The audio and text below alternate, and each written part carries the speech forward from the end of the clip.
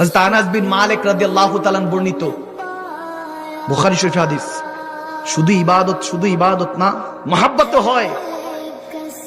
হযরত আনাস বিন মালিক রাদিয়াল্লাহু তাআলা বলছেন, এক ব্যক্তি আমার নবীর কাছে এসে বলতেছেন, ইয়া রাসূলুল্লাহ, কিয়ামত কবে হবে?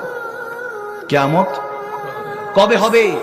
আমার নবী বলতেছে, তোমার প্রস্তুতি কি? কিয়ামতের কথা জিজ্ঞেস করছো, তোমার প্রস্তুতি কি? সেই সাহাবা বলতেছেন, ইয়া রাসূলুল্লাহ, নফল নাই, কোন নফল রোজা নাই, সাদাকা নাই, কোন বেশি একটা ইবাদত নাই, তবে আল্লাহর হুকুক যেটা ফরজ সব আদায় করি, সবকিছু ঠিকঠাক মতো করি, কিন্তু এমন বেশি একটা ইবাদত নেই, কোনো নফল নাই। তখন আমার নবীর দিকে তাকিয়ে আছে সেই সাহাবা বলতেছে, তবে হ্যাঁ ইয়া রাসূলুল্লাহ, একটা জিনিস আছে আমার কাছে, আমি আল্লাহ রাসূলকে বড় ভালোবাসি। সুবহানাল্লাহ।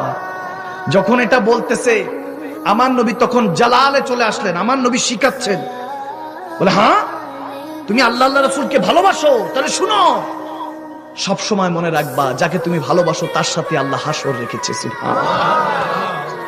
যদি নবীকে ভালোবাসি, নবীর সাথে হাসর হবে। তো নবীজির সাথে যদি হাসর হয়, আল্লাহ জান্নাত না দিয়ে কি পারবে?